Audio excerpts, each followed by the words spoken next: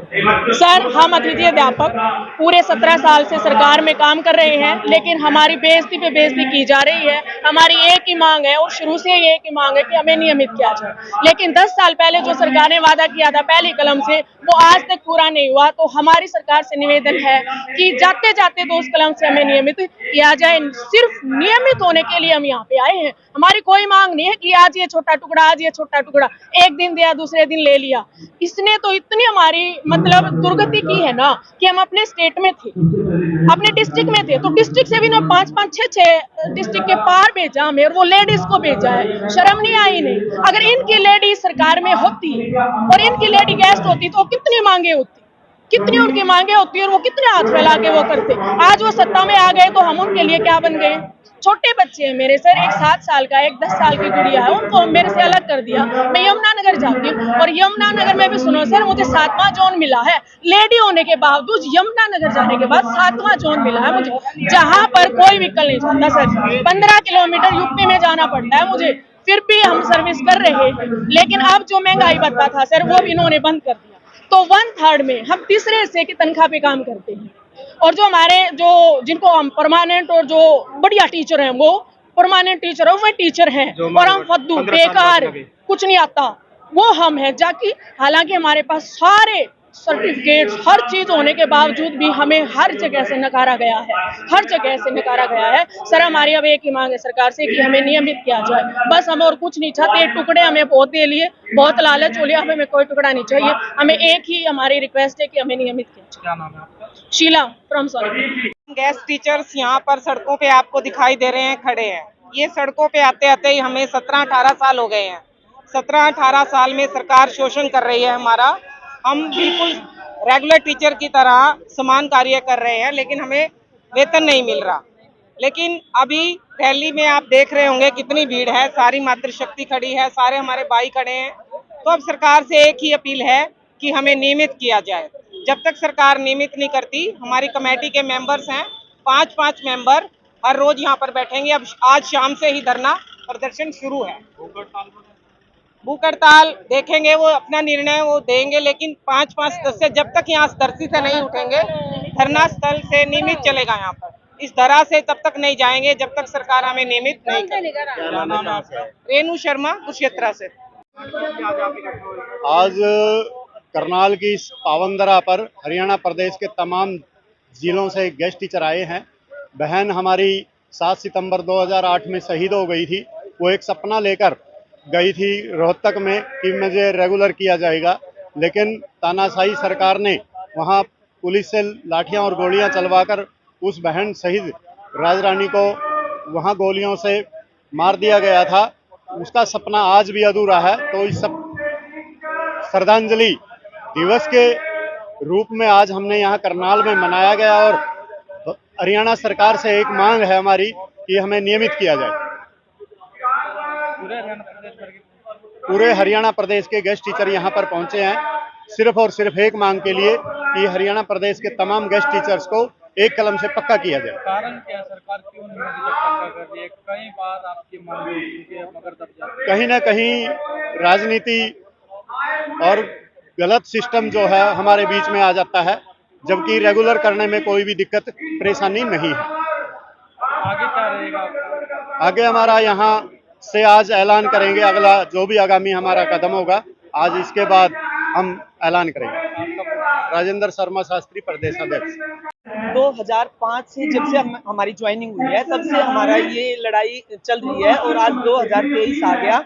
लेकिन पहली गवर्नमेंट कांग्रेस की आई, उसको कोई जूं नहीं रहेंगी। फिर बीजेपी सरकार ने पहली कलम से पक्का करने का वायदा किया। अखबारों में एक टाइम आने के बाद निकलवा दिया कि ये पक्के हो गए हैं, लेकिन पक्के ऐसे नहीं होते। हमारी 13,000 अतिथि अध्यापकों की जो राजकीय अतिथि अध्यापक संघ मंच ब्लॉक गोहाना प्रधान सरिता मलिक, मैं अपने पूरे अतिथि अध्यापक साथियों की तरफ से ये सरकार से विनती करती हूँ कि नियमितीकरण की हमारी एक ही मांग है और उसी मांग के लिए आज हम 13,000 साथी यहाँ पर फिर दोबारा से एकजुट होने के लिए सरकार ने मजबूर कर दिया। हमारी केवल ये मांग है कि जो परमानेंट साथी जिनके साथ मिलकर हम कार्य करते हैं उन्हीं के समान हमें वेतन मिले, उन्हीं के समान हमें सारी सुविधाएं मिले। हमारे साथ इतना अन्याय होता है कि अगर ट्रांसफर भी होता है तो सबसे पहले परमानेंट साथियों का ट्रांसफर करके उसके बाद कैप कर ली जाती है पोस्ट और बची खुची पोस्टों पर हमें इतनी दूर दूर थोड़ी सी मतलब 1/3 हिस्से की सैलरी हमें मिलती है और उसमें हमें इतनी दूर की डिस्ट्रिक्ट है कि सोनीपत का कोई कर्मचारी है तो वो मेवात में चला गया, फरीदाबाद में चला गया, जहां पर गुजारा तक एक व्यक्ति का करना मुश्किल है, वहां हम परिवार का पेट पाल रहे हैं। तो इतना अन्याय नहीं होना चाहिए, जबकि हमारे पास सारी मतलब एजुकेशन है, एचटेट है, सीटेट है, सेंटा है, लेकिन हमें ना तो मॉडल संस्कृति स्कूलों में जॉब करने के योग्य समझा जाता है। और जो गेस्ट का ये ठप्पा है ये हम 18 साल से झेलते आ रहे हैं। हमें बहुत इंसल्टेड फील होता है जब हम अपने बराबर के जो पक्के कर्मचारी हैं उनके बीच में कार्य करते हैं। सैलरी 1/3 मिलती है और अब एक चीज और कर दी, जो पीजीटी के साथी हैं उनकी सैलरी पर इन्होंने जो महंगाई भत्ता देना शुरू किया था कि परमानेंट की तरह इनको भी भत्ता मिलेगा, वो भत्ते पे भी रोक लगा दी। और एक तरह से मान लो अगर कोई अतिथि अध्यापक है 10 साल बाद 15 साल बाद रिटायर होगा तो क्या 47,600 पे रिटायर हो जाएगा। जो बेसिक है परमानेंट की उससे ज्यादा हमें मिलेगा ही नहीं। ये चीज करनी एक्ट बना के हमारे हाथ काट दी एक तरह से। मैं सोनीपत डिस्ट्रिक्ट से गोहाना ब्लॉक प्रधान सरिता मलिक।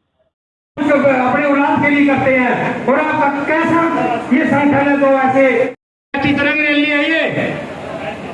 और निर्मल कुटिया में भी इंतजाम करा रखा है, उनकी भी पता है बेगा टीचर आवेगी। आपका सारा इंतजाम है, सब दिल्ली जाओ गुरुद्वारा तो तैयार करना। डीसी की कमी है साथियों और वो राज्य कार्यकारिणी का सहयोग दे दो और जितना ज्यादा डिसिप्लिन रखोगे, आपने पता है हम टीचर हैं और सारा दिन बच्चा पिट का लाल बना देने पर डिसिप्लिन में रहो और खुद हमारा केवल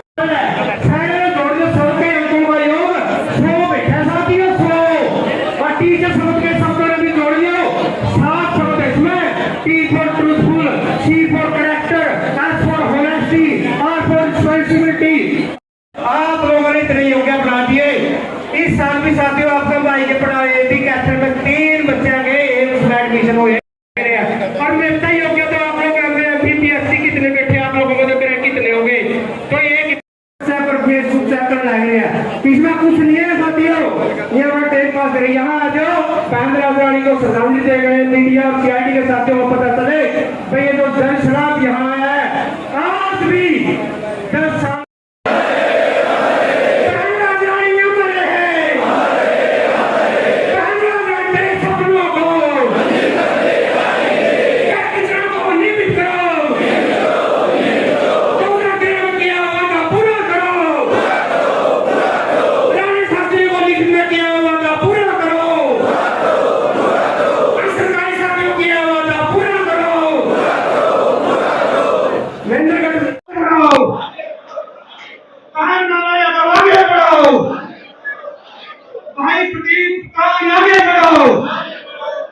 हम तुम्हारे साथ हैं।